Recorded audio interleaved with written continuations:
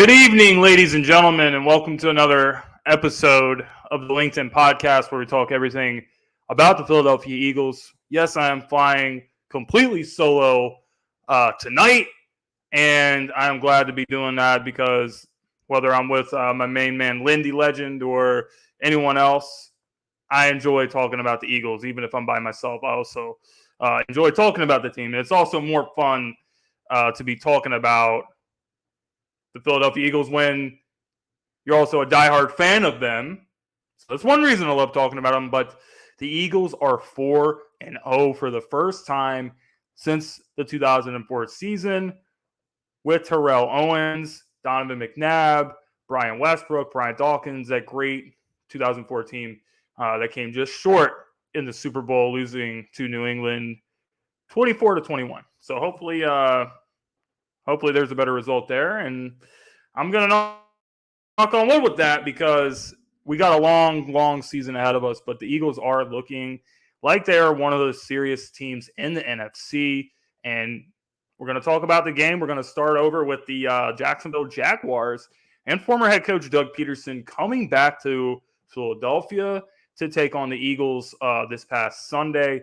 And first things first, and I did say this when I did my short recap video, is that Doug Pederson is you can already see that Doug Pederson is changing the culture with the Jacksonville Jaguars. He has turned this team completely around. It is early in the season, but when you look at the AFC South is not a good division at all. So for the Jaguars to win that division come the end of this season, I actually will not be surprised whatsoever if that is the case. Doug is a great players coach. He's not the best X's and O's guy. We know that from his time here with Philly and, not having offensive coordinator. And there's a lot of things that ended not so good for him at the end in that 2020 season. But it definitely wasn't all his fault. There's a lot of things going on. You had, all the drama with Carson. You had this drama and that drama. And it was just a complete train wreck of a season. So I am very happy, though, that Doug Pederson was not booed by the fans. There was a standing ovation for him. So his time in Philadelphia definitely not going to be forgotten. I mean, he was the first coach here to win a Super Bowl in 2017. We have the stuff back here on the wall. We got the Philly special on that side. And then on the other side is the strip sack. So some moments with Doug will never be forgotten, but I'm very impressed with what he's done with Jacksonville. So Jacksonville, they definitely got on the Eagles early. They got off to that 14-0 lead.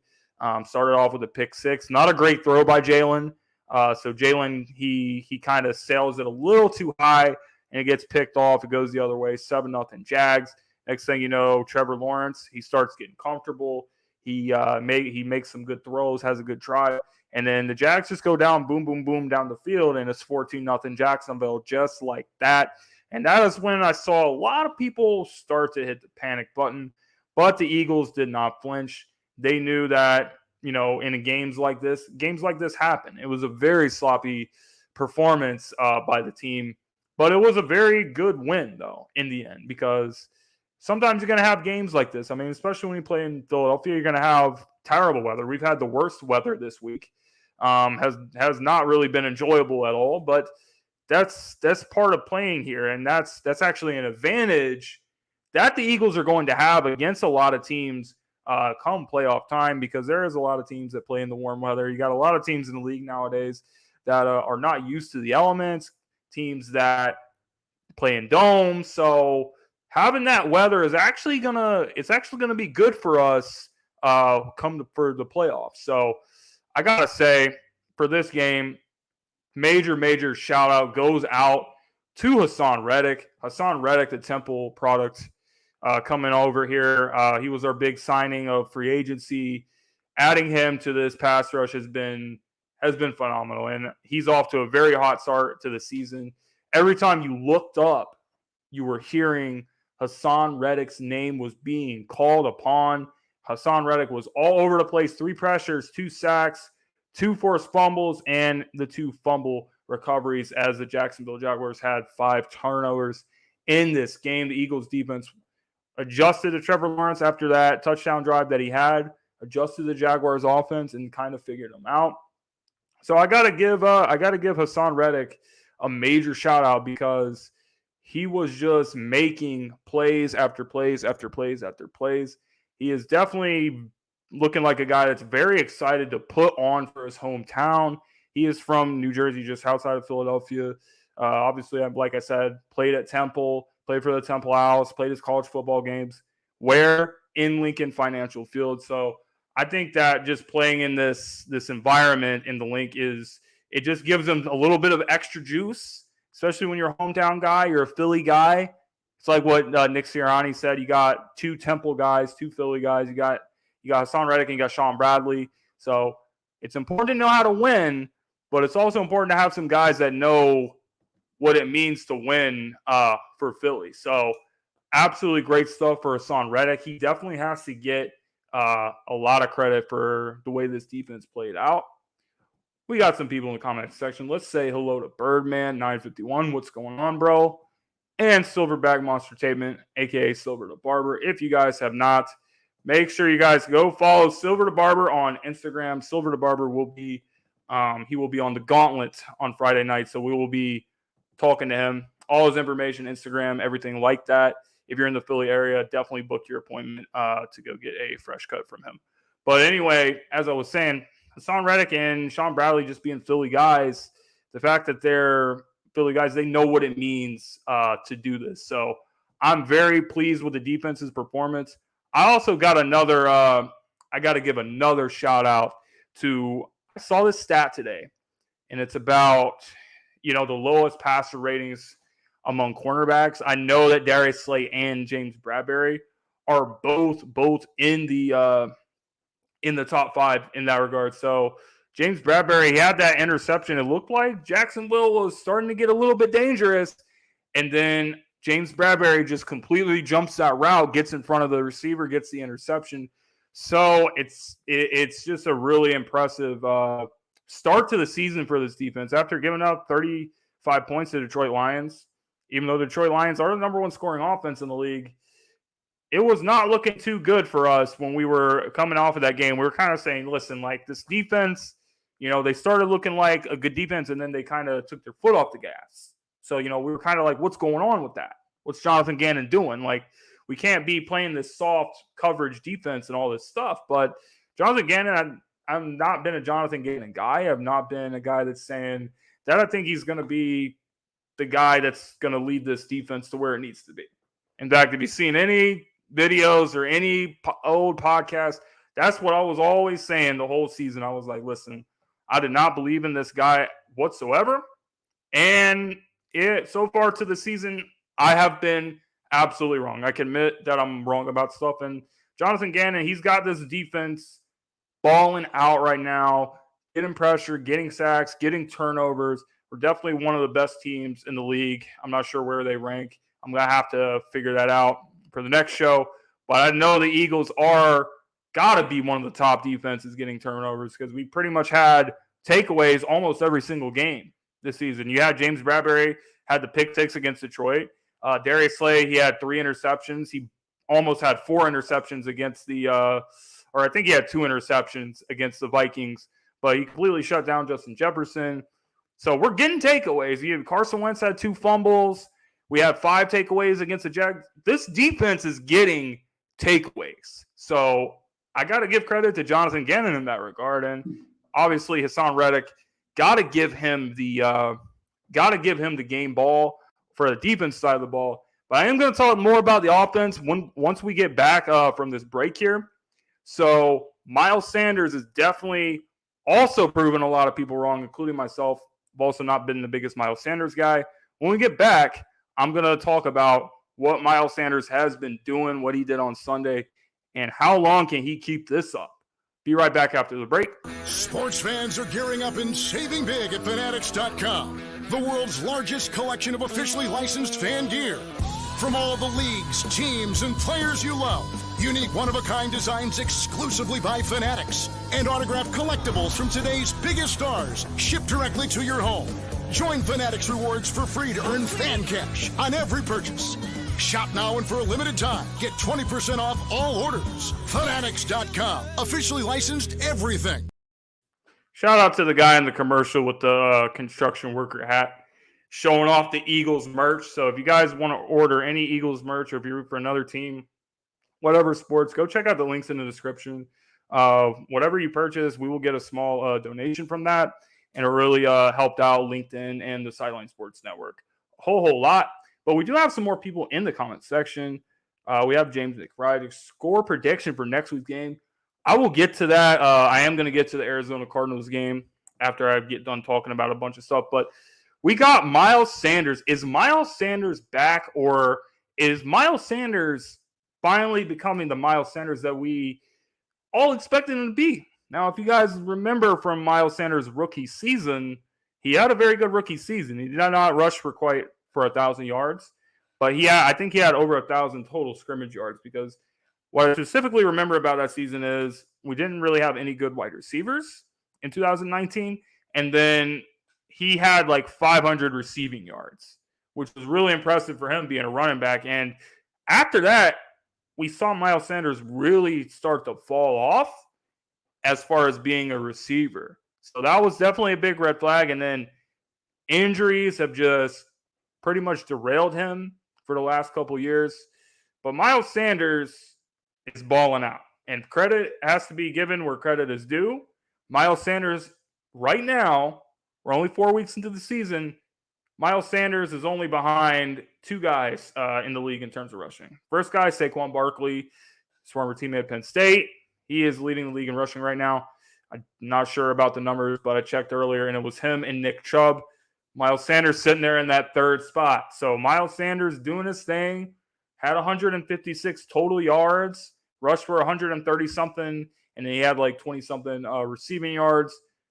Listen, if Miles Sanders can keep this consistency over 17 games, listen, this guy's going to finish the season with, rushing for 1,500 yards. And we said before the year, like, listen, this guy's got to do something. This is a prove-it year for him, whether it's with the Eagles or somewhere else. Because the Eagles are not a type of team that's going to go out and pay running backs, a high amount of salary. So would Miles Sanders take less money to stay with the Eagles? Would he leave money on the table from another team? I don't know the answer to that question right now, but Miles Sanders has definitely started to prove people wrong. He is going out, and he is being consistent for the Eagles offense every single week. And the Eagles are a top 5 team in the league in terms of rushing. Rushed for over 200 yards on Sunday, 210 yards against Jacksonville, who was at the time going into last Sunday. Not sure where they're at now. After you give up 200-something yards on the game, you're definitely not going to be the number one rushing defense. But going into that game, they were the number one rushing defense. So I got to say, I'm very impressed with Miles Sanders and what he's been able to do. But I hope that he can continue to get it done. So James McBride wants to know, who is my favorite Eagle on the team right now? I'm a Jalen Hurts guy. I've been a Jalen Hurts guy for a while. You can watch my old videos if you don't believe me. But I was telling people that if you just give Jalen Hurts some time, if he can actually develop into something, give him a chance, we might have something over here. Because if you saw when Jalen first came in 2020, that terrible season, the whole team was pretty much dead. There was no life in the team whatsoever. Every week it was horrible. It was like watching paint dry. But the second that Jalen stepped onto the field, you could see the way the team responded to him. He is a natural-born leader. He is the hardest worker in the building. And his hard work is showing off. Because we were saying all this stuff about Jalen. Can Jalen do this? Can Jalen throw? Through the first 4 weeks of the season, Jalen's averaging just under 300 yards passing. He's averaging 280-something right now. So if he goes out and he maintains the same average the whole season, he's going to finish the season with over 4,700 yards passing. That's just the math. If he maintains the average. So I think he'll definitely break 4,000. I don't think getting 4,000 yards in today's NFL, where everything is predicated to help the offense, I don't think it's actually that far-fetched at all. But we'll have to see. I mean, I think Jalen has a chance to be one of the best quarterbacks in the league this season if he continues to play the way that he is. Had the one bad throw on Sunday, but he's pretty much played really clean this season, hasn't made a lot of mistakes. And the way this guy carries himself, he just carries himself like a true leader. You hear him in the locker room you hear him at press conferences saying that he hasn't hit the standard, he's not playing to his standard. We're 4-0. We're 4-0 right now, but you have a guy that's getting up here and basically talking like, if you hear him speak, you would think that they lost the game. And I don't know if he's just been really coached up by Nick Saban about how to talk to the media, but listen, this kid is impressive. His work is paying off. And I just think having a guy like him to lead this team is just huge, man. Like, it's just huge having a guy that's a real natural-born leader. And he's instilling a lot of good things to the culture. Him and Nick Sirianni. I think we have something special brewing over here if we can maintain that consistency for the whole season. But Jalen Hurts is definitely my favorite Eagle on the team right now. But, guys, we got to talk about this upcoming game against the Arizona Cardinals. The Arizona Cardinals have not looked good this season despite their 2-1 or 3-1 record or whatever. They have not looked like a good team. They were very poorly coached. I think that the whole, Cliff Kingsbury experiment with his college offense, it's not working. It's not working. And you can't really run the ball. I mean, you have James Conner on the team. He's your lead running back. And then they have Eno Mitchell, I believe it is, behind him. They have not been running the ball that well. You have James Conner that's rushed for 145 yards through 4 games. And the guy that's behind him, Benjamin, he's 111 yards through 4 games.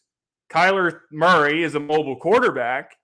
He doesn't even have 100 yards rushing for the whole season. So the Cardinals are very, very one-dimensional. They do have some playmakers.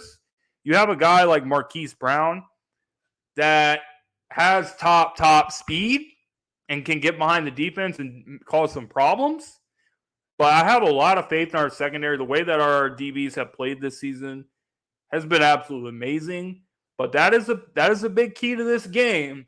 What the Cardinals are going to try to do is they're going to try to push the ball downfield. They're going to try to get it to Marquise Brown so he can do some damage and make some big plays. And they're also going to do that. They're going to try to open up some space in the field.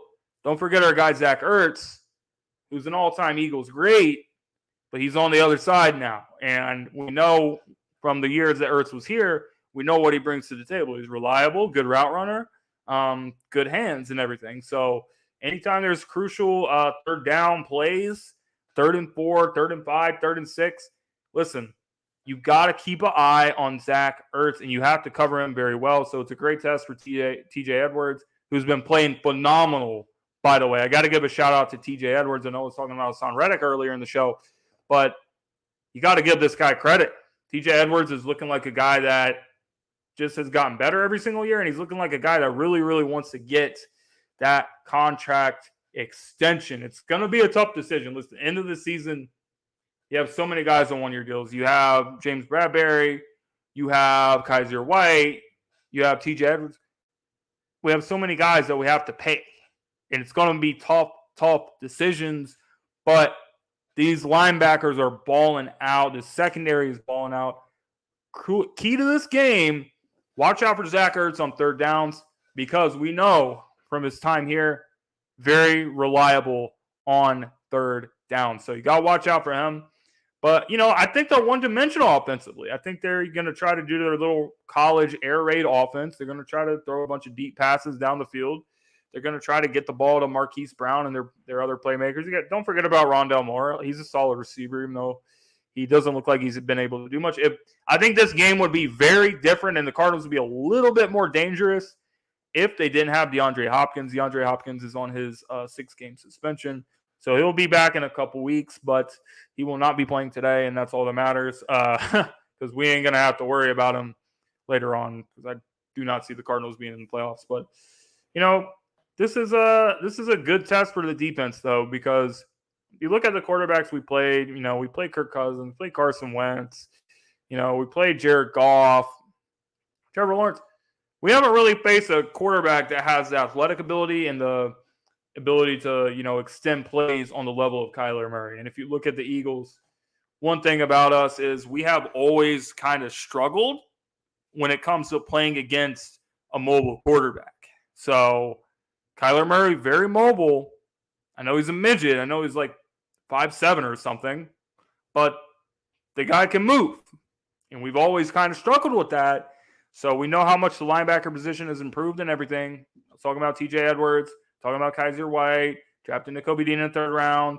We got some guys at the position, but going up against this type of a quarterback, it's going to be a time where we can see how far this linebacker position has really come, because we do know that we have struggled a lot against the mobile quarterbacks over the years. So I'm looking that's probably the biggest quote unquote matchup that I'm looking forward to. But as far as on the defense, listen, I respect him. I think Budda Baker I don't know why he doesn't get the recognition, but he's one of the best safeties in the league.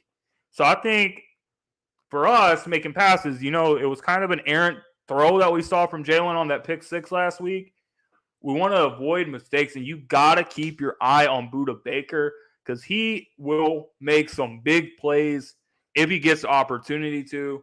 But I just feel like with the weapons we have better weapons than them. We match up better against their front. Our offensive line is one of the best offensive lines in the game. Nick Sirianni said that basically all the guys that missed the game or had to leave the game, Jordan Mailata, he could play. It's very possible that he's going to play. Avonte Maddox seems like it's a little bit up in the air. So I feel like that's actually an underrated thing that not a lot of people have been talking about, is Avonte's presence in that slot position. He's been locking it down. He's been phenomenal. So I was a little bit nervous, especially Christian Kirk, but in that slot position for Jacksonville, he didn't do too much in the game. He had a few catches, but he didn't really go off. What was that other guy that went off? His name was like forget what the guy's name was, but number 39 or something for the Jaguars, Agnew or something. Like, this guy was killing us.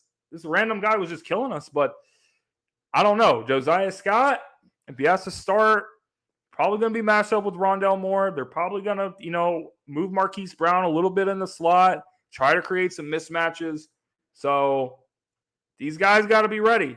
We might have to do something different. We might have to throw Slay into the slot on some plays. So Jonathan Gannon, I gave him credit earlier, but listen, I think the best way to have a good game plan against the Cardinals, you gotta adjust and move stuff around to make up for some of the potential mismatches that the Cardinals could have on us if we don't have Avonte Maddox. So Avonte Maddox is definitely a huge part of this defense, and not having him really, really sucks. So I hope that Avonte is able to come back to the lineup pretty soon. So we got to talk about score predictions now. Man, I really don't like doing this, putting myself on the spot, but I feel like we're going to have opportunities in this game. I think if we play a complete solid game, we're going to come out of this one with a 31-21 win, and the Eagles are going to go straight over to 5-0. We got my main man Wyatt in the house. What's going on? Quiet Wyatt. Sorry, your Colts have not been looking too good this season. Arizona has scored no first quarter points all season, but all 23 points have been scored in the second half or overtime. Like James said, Arizona has lost 7 straight games at home. Wow. 7 straight dating back to last season. So I don't know, man. It's looking like the Eagles could have definitely a good chance to win this game. I definitely think we're a way better team than the Cardinals. And what we've seen from the Cardinals, I mean, even last week they were struggling a little bit against the Carolina Panthers, but the Panthers are just so bad that they can't take advantage of the mistakes that Arizona was making. So I don't think that we're a team that's going to let them get by with stuff like that. So if the Cardinals want to have a chance to beat us and give us their first loss, they're definitely going to have to be on their best stuff. But I see the Eagles taking care of business, getting to 5-0 on the season, and then after that, we're going to have to talk about what all is going to happen. So the next topic, guys, that I want to talk about is about Jalen Hurts. I was talking about Jalen Hurts earlier in the show. But listen, this is a conversation that needs to be had. I mentioned that we got a bunch of guys on one-year deals. Listen, Jalen Hurts is showing that he is a franchise quarterback. In the first 4 games, he has shown that. And if he shows even more, which I do think he's going to continue to get better and continue to progress over the course of the whole season, listen, what we've seen from the quarterback market is unbelievable. It's unbelievable what these guys are getting paid. It's like, sometimes I wonder, like, there has to be a point that there has to be a limit. There has to be a limit on this stuff. I mean, you had the Baltimore Ravens that offered Lamar Jackson, a pretty big contract, But Lamar's like, nah, like, I saw what Deshaun Watson got, and that's what I want. And the Ravens aren't willing to give him that. Is there another team that's going to be willing to give him that? I don't know. Ravens are probably going to have some stuff on their hands. Lamar Jackson is balling out. He's looking better this season than he did his MVP season. All right, so I don't know. Like, the way Howie Roseman handles contracts, I think he's gonna have a good offer for Jalen. But I don't know. Is Jalen gonna be like, nah? I don't see him being as the type of guy that's gonna say, nah, you know what? I don't want that. I don't want that. I want the big max deal. I know he's gonna want to get paid, and he's got a very good agent that's gonna help him get him there. But I don't know. This is going to be a tricky situation. Because after what we saw with the Carson Wentz thing, I don't know. I don't think Howie's going to be willing to just say, here you go. Here's all the money that you want. But I think he probably has a better case than Carson, because Jalen has not had to be dealing with the same injuries like Carson was dealing with, even though we still paid him, despite him having all the injuries. So whatever he does this season, if he's an MVP candidate or wins an MVP, wins playoff games, as they say, the price of the brick is going up. And tomorrow's price is not going to be the same as today's price. The price that he's at right now, listen, the price is going to go all the way up by the end of this season. Whether Eagles, win a playoff game, win multiple playoff games. Hell, if they win the NFC, they're in the Super Bowl. I don't even want to imagine if somehow, knock on wood, the Eagles win the Super Bowl, then what are we going to do? Because this is like a Joe Flacco. If you guys remember back in 2012, listen, this guy got paid the highest quarterback contract of all time. It was only $120 million. After he won the Super Bowl and Super Bowl MVP with the Baltimore Ravens beating the San Francisco 49ers that year. So I don't know, man. If we get in a situation like this, we're gonna have to give this man a lot of money. And I hope he does, because I love Jalen. And I want him to continue to be here for his career and prove people wrong. Because what do we say? What have we been telling people about Jalen? That just give him a chance. He's putting the work in. He's trying to get better. He's going to take another step this year. And I was against all the Jalen Hurts haters. And I was saying, listen, you got to give this guy a chance. You gave Carson Wentz a chance. How many chances do we have Carson Wentz? And I was sticking up for Carson Wentz and everything. And I was saying, listen, he needs another year. And every year I would say that. It seemed like every year I was saying the same stuff about Carson Wentz. And that's part of that's not the only reason. That's part of the reason I'm really willing to give Jalen a chance. Because you gave this guy so many chances, and he said, oh, he's going to return to his MVP self. He's going to return to his MVP self. And he never did. But people still loved the guy, even after he was with the Colts. When he went to the Colts, people were saying, oh, you better watch out now, Frank Reich. He's going to make an MVP. Like, it was the same conversation about him being his quote-unquote MVP self again. But with Jalen, the guy didn't even have a bad season last year. I think for him, he was the first time starting every single game, except for the games where he was hurt. Gardner Minshew started the one game against the Jets. He didn't have a bad season. He played well. He played very well. He was our leading rusher last season with 700 yards rushing and 10 rushing touchdowns. And what was the biggest turning point of the season for us? We became that team that runs the ball better than anyone in the league. So, big part of that is because of Jalen's ability to be a threat as a runner. So, people did not give him the credit for that. And, he passed for 3,000 yards, 16 touchdowns. I know that's not anything crazy, but Carson, he threw for 16 touchdowns his rookie season. So Jalen is just give the guy a freaking chance. Like, geez, he was 23 years old and people were writing him off. He's 24 now. So I'm just so happy for this guy. What he's been able to do, the stuff that he's went through. When he was in college, he got benched for Tua, and we know my thoughts and everything goes out to Tua because that whole situation with the Dolphins handling his injury, that's just some really messed up stuff. But getting benched. Oh, he got benched to Alabama. He can't do anything. He's not going to make it to the NFL. He's just been doubted for I feel like for Jalen, him being in Philly it's a perfect place for him to be, because Philly is a place that's known for having guys that no one believes in. It's an underdog city, and it's built on hard work. And he just he embodies that so well. I just feel like certain guys can't make it in Philly. You don't have a lot of guys like Jalen Hurts, like Tyrese Maxey, what we're seeing him do with the Sixers. These are two young guys that are relentless hard workers, and they're just going to continue to get better and better and better and better. And then you have these other guys that are supposed to have God-given talent, and you got every Ben Simmons you have and every Carson Wentz you have. You don't have as many Jalen Hurts. You don't have as many Tyrese Maxeys. You don't have that. But every once in a while, you will get those guys that will completely just embody Philadelphia as a whole. And I think that's what we're seeing right now with Jalen Hurts. Jalen Hurts is a perfect guy to have in Philadelphia as franchise quarterback. If the Eagles win the Super Bowl, they might as well tell Jalen how much you want. That's what I'm saying. Like, if it gets to that, we're going to have to give this guy a lot of money.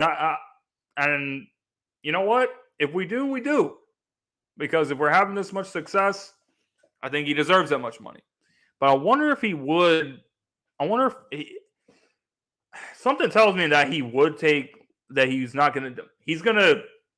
He's gonna ask for what he thinks he's worth, and the Eagles don't think he's worth that. I think there could be a problem. But I don't see Jalen asking for a ridiculous amount of money.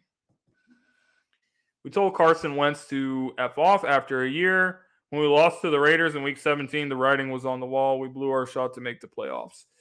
Yeah, I mean, as far as with Carson Wentz, he's a guy that has the same problems everywhere he goes. And I feel like it's a broken record, but all the same problems that he's had since he was at Philly, he had them last year, even though the stat nerds will tell you, oh, well, he had a good season and blah, blah, blah. He had a good season when he was handing the ball off to Jonathan Taylor, and Jonathan Taylor was destroying every team he played against. Which, by the way, Jonathan Taylor's injured. That sucks for the Colts. Darius Leonard, a.k.a. Shaquille Leonard, that he changed his name. Listen, sucks to see all the injuries that we're seeing right now, but this guy, when Jonathan Taylor was pretty much neutralized, that's when we saw the real Carson Wentz. Yeah. So same problems he had there, had him in Indy. And that's why Jim Irsay didn't even want to meet with him. He was going to try to meet with him to talk about the problems or whatever. And he's like, no, we're done. We gave up a first-round pick, and this is what you did. Terrible. And now he's in Washington. This guy's horrible. Did you see him against the Eagles? I mean, the stats will tell you, oh, he finished with 200 and something yards passing and, a touchdown or whatever. Oh, that's a solid game. Well, is it a solid game? Because the guy had 40 yards passing through three quarters. I remember watching a game. They kept showing his stats during the game. It was the third quarter. The game was almost to the fourth quarter. He had 40 yards passing. That's horrible. That's terrible. And last week, whole first half, And I give credit to the Cowboys defense. The Cowboys have been in good defense this year. But, bro, you have 50 yards passing in a half. You can't even give me 100 yards passing in a half? In today's NFL, where everything is catered to help the offense? There's just nothing else for me to say about Carson Wentz. This guy is one of the biggest disappointments in the NFL. I think he's the Sam Bradford. Ironic because he actually took over for Sam Bradford when he was coming in as a rookie in 2016. But he's the new Sam Bradford. He's a guy that, he was a top pick in the draft and he had a lot of hype. And, obviously he had a really good season in 2017. Never was able to replicate that. And he completely fell off. Injuries pretty much played a major role in why his career went downhill so much. And he just wasn't the guy. And, he keeps having teams pay him. He's getting into that. I don't know. Like if Washington gets tired of him, will there be another team that's going to be like, yes, you know what? We'll make you our starter. After the last 3 years, what we've seen, I don't know if another team's going to give him a chance. So one of two things is going to happen with Carson. He's either going to retire. Which wouldn't surprise me at all. Or the guy's just going to be done. He's going to be a journeyman backup. I don't know. It's actually really disappointing because, when you look at him, he has got the measurable. He's 6'5", 200 and something pounds, and he can throw the ball. He's got a good arm. He doesn't have a weak arm, but he doesn't care about working on the little things that he needs to work on. Throwing mechanics, footwork, any of the fundamental things that the great quarterbacks really work on, try to refine that in their game. He doesn't care. He thinks he's already a perfect quarterback. And that's actually what's led to his major downfall. Carson Wentz leads the league. I remember the 9 sacks. And that was the most sacks that he's ever taken in his career against us. So, long story short, Carson Wentz, same old Carson Wentz, same old problems. 3 teams, last 3 years, and he's dealing with the same old stuff. So, guys, I'm going to take another quick commercial break. When we get back, we're going to talk about injuries and such. So we will be right back here. I'm running like my hands on fire, and I don't intend to stop even when my legs grow tired. And I got a message from Colorado straight from Texas, captured most of me, just let me be. As we saw last week, we had Jordan Mailata leave the game. Avonte Maddox didn't play, so we were missing some key players. I gotta say, we gotta have these guys healthy. These are two things that I'm concerned about. Okay, because we don't want to have a bunch of injuries on our offensive line, and give credit to Jeff Salin because this guy knows how to coach the offensive line as well as anybody that I've ever seen in the game.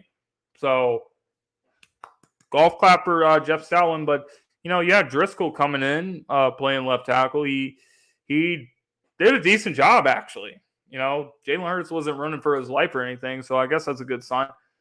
But let's be real. Over the course of the long haul, nah. We can't be putting our faith in Driscoll and, Andre Dillard and everyone to start at left tackle. We need the big guy. We need this guy out there every single snap, if that's possible. So, he is listed right now as questionable. The Eagles signed another kicker today. And this is something I want to talk about because Jake Elliott, he took that hit. It resulted in a 15-yard penalty. against the Jags.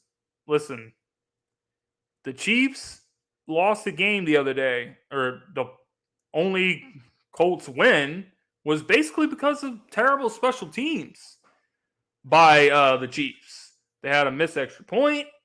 They had a terrible, fake field goal attempt. They had a missed 30-something yard field goal. Our special teams has not been great. Jake Elliott had the missed extra point, which I know the weather sucked, but missed extra point. Against Minnesota, we had, blocked field goals. Our special teams has not been good. So I hope Jake is 100%, but the Eagles bringing in another kicker. I don't even know who this. I've never even heard of this guy that they brought in. So it's interesting. But Boston Scott still listed as questionable. Avonte Maddox listed as questionable. So we're gonna have to see if these guys are able to go.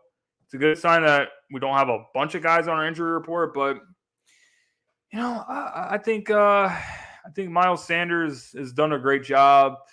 But I would feel a lot more comfortable if we had another running back behind him that we could really rely on. Boston Scott, I like Boston Scott, but I just kind of wish we had a big bruiser back. I wish we had that LeGarrette Blount, that Ajay Ajayi. I wish we had that on this team. And I think that's one thing that this team is really missing right now. I know Jalen Hurts can bruise people, but you don't want your quarterback, even though we've seen him break tackles and get tackled on the goal line and carry guys. Listen, this is the guy that we need to stay healthy for the whole season. So we do not want him to take that many major hits. So I feel like that's a little bit of a concern to me. Miles Sanders already has injury concerns himself. Boston Scott's getting injured. So, God forbid something happens. Kenneth Gainwell, is he ready to be an every down running back? I don't think he is. Not yet anyway. Like the kid. But no, so I hope that we make a move for the trade deadline, a Jay Ajayi type of move. If we're still winning a lot of football games and we're in a good position, I think Howie will be aggressive at the trade deadline and try to bring in somebody that's going to help the team. But I really wish we had a big physical running back on this team, because these injuries at running back could be a problem. But Avonte Maddox as well, just having him out, I was mentioning earlier, it is going to make an impact if he's out for a long, long time. I don't want to rush anybody back or anything. So if he really, really can't play, he can't play at his highest level, then I would say leave him out. Let Josiah Scott get more reps, get more experience, if nothing else in the NFL. But that slot corner position is definitely a little bit of a concern right now. I don't know what Arizona is going to do, but if I had to guess, they're going to try to create a mismatch on Josiah Scott. They're going to move Marquise Brown into the slot, and they're going to try to take some deep shots down the field. But that's really it for the injury report. Yes, we need a short yardage back. Exactly. We need something like that on this football team. We currently don't have it, and it kind of sucks. But guys, it's been a good show, right about 45 minutes. So I just want to say thank you to all the people that have come through. But before we go, I got to just have one more thing that I want to talk about. And that is the way this Eagles team is playing right now. When we get to the end of the season,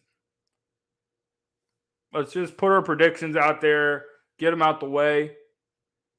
Where do you guys see this team ending up? Are we going to be number 1 seed in the NFC, 2 seed, 3 seed? What are we looking at? Because if we look at the schedule, let's just get the schedule real quick. We don't have that many tough opponents on the schedule now. I know Green Bay, we're playing them. I'm thinking about going to that game because I was supposed to go to the home opener.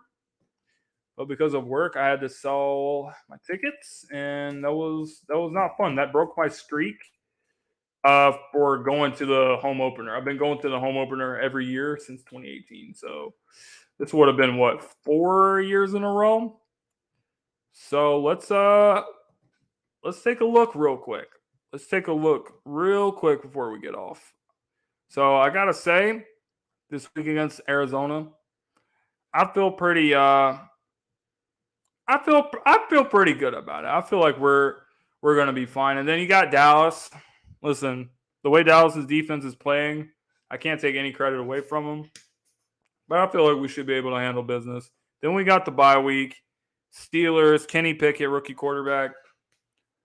I don't know. Then you got Houston on the road Thursday night. Commanders again. Colts, Packers, Titans, A.J. Brown revenge game. Giants twice. Cowboys on Christmas Eve. You got the Bears. You got the Saints. Who scares you other than Green? Does anyone scare you on the schedule besides Green Bay? So if the Philadelphia Eagles stay healthy, I really don't see us finishing below the number 1 seed and securing that first round bye and getting home field advantage throughout the NFL playoffs. So I think this team is very exciting, very fun to talk about, very fun to watch and everything. But we gotta keep that consistency over the season. Definitely gotta stay healthy. Gotta see Jalen Hurts continue to take that step and get better. All these young players, Devontae Smith coming to his own, Quez Watkins coming into his own. A.J. Brown has been phenomenal. A.J. Brown and Jalen Hurts are actually, I think they're second in the league among quarterback receiver duos in terms of just overall yardage. I know Jalen is in the top 5 in terms of passing, and I think that pretty sure A.J. is in the top 5 in terms of receiving. So these guys are balling. They have that friendship. That chemistry is definitely being put on full display and everything. So I'm interested to see how the rest of the season ends up. But I think the Eagles control their own destiny. We stay healthy, handle business, do what we're supposed to do. We're going to finish up as one of the top teams in the NFC. But I want to thank everyone for watching. This is Philly Jim. I want to thank everyone from the Sideline Sports Network putting this out there on the airwaves and everything. That being said, guys, we will see you next Tuesday night. Lindy will be back, and we'll definitely be having a conversation about the Eagles matchup against Arizona and seeing how that turns out. Hopefully it results in the Eagles going to 5-0.